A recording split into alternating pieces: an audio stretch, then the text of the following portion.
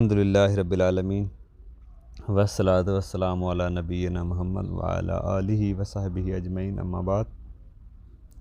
شادی کے لیے لڑکی کیسی ہو؟ دیکھیں، اس مسئلے میں حدیث ہے کہ لوگ شادی کرتے ہیں، نبی علیہ السلام نے فرمایا حسب و نسب کی وجہ سے، مال کی وجہ سے، خوبصورتی کی وجہ سے، دینداری کی وجہ سے۔ اب دینداری کو لازم پکڑو تو دیندار ہو لڑکی، نمازی ہو، علم والی ہو، قرآن حدیث کے علم والی ہو۔ اور حسب نسب، خوبصورتی، یہ کوئی عیب نہیں ہے، معیوب نہیں ہے، یہ بھی ہو سکتا ہے لیکن اصل یہ نہیں ہے۔ آپ حسب نسب دیکھ لیں، خوبصورتی دیکھ لیں، دینداری دیکھیں نا، یہ عیب ہے۔ آپ حسب نسب دیکھیں، دینداری نہ دیکھیں، خوبصورتی دیکھیں، دینداری نہ دیکھیں، اور مال دیکھیں صرف، دینداری نہ دیکھیں، یہ عیب ہے۔ باقی دینداری کے ساتھ اگر یہ چیزیں بھی مل جائیں تو اچھی بات ہے، اور آپ دیکھ بھی سکتے ہیں ساتھ ساتھ ان چیزوں کو، کوئی مسئلہ نہیں ہے، لیکن اصل دینداری ہے۔ دینداری ہوگی تو باقی یہ سب چیزیں تو مل ہی جائیں گی، آخرت میں کوئی مسئلہ نہیں ہے، خوبصورتی بھی ملے گی، سارا کچھ ملے گا۔ لیکن اگر دینداری نہیں ہے تو یہ سب چیزیں تو جائیں گی، آخرت بھی جائے گی۔ تو اس لیے آج لوگ لڑکی کی خوبصورتی دیکھ رہے ہیں، لڑکے کا مال دیکھ رہے ہیں، حسب نسب دیکھ رہے ہیں، یہ چیزیں نہیں کام آنے والی، صرف محض اگر یہی چیزیں ہیں۔ اگر ساتھ دینداری بھی ہو تو اچھی بات ہے۔ تو اس لیے لڑکی اگر دیندار ہوگی تو اس کا کیا فائدہ ہے؟ اگر ہم اپنی بچیوں کو دینی تعلیم دیتے ہیں تو اس کا فائدہ کیا ہے؟ تاکہ جب یہ ان کی شادی ہوگی، آگے جائیں گی کہیں پہ، تو وہاں پہ اسلامی گھرانہ بنے گا، وہ اپنے بچوں کی تربیت اچھی طرح کر سکیں گی، گھر میں امن ہوگا، خوشحالی ہوگی، سکون ہوگا، دینداری ہوگی۔ اس لیے بچیوں کو تعلیم دینا بڑا ضروری ہے۔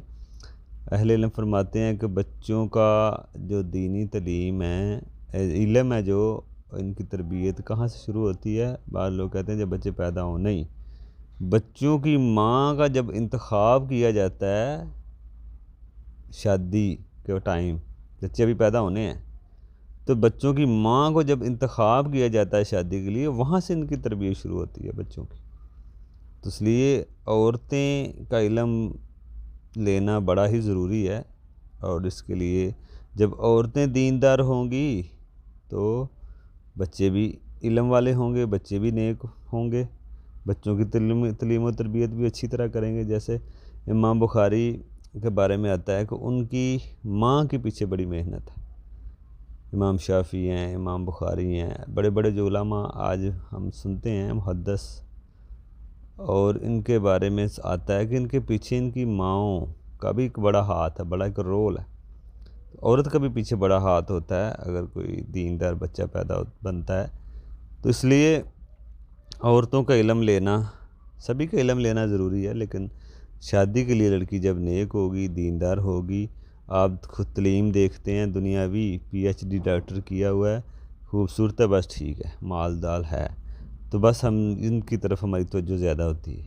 دینداری چلیں بعد میں کر ہی لیں گے، نہیں۔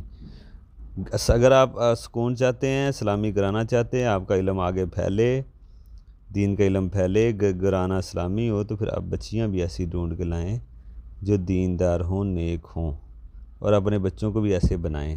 اب یہ تو نہیں کہ بچی آپ نیک ڈھونڈنا شروع کر دیں، چلیں بچی نیک ڈھونڈتے ہیں، تو بچہ آپ کا بے دین ہے، بے نمازی ہے، نماز ہی نہیں پڑھتا، تو کون دے گا آپ کو ایسی لڑکی؟ دیندار لڑکی، نیک لڑکی تو کبھی نہیں جائے گی بے دین مشرک کے نکاح میں۔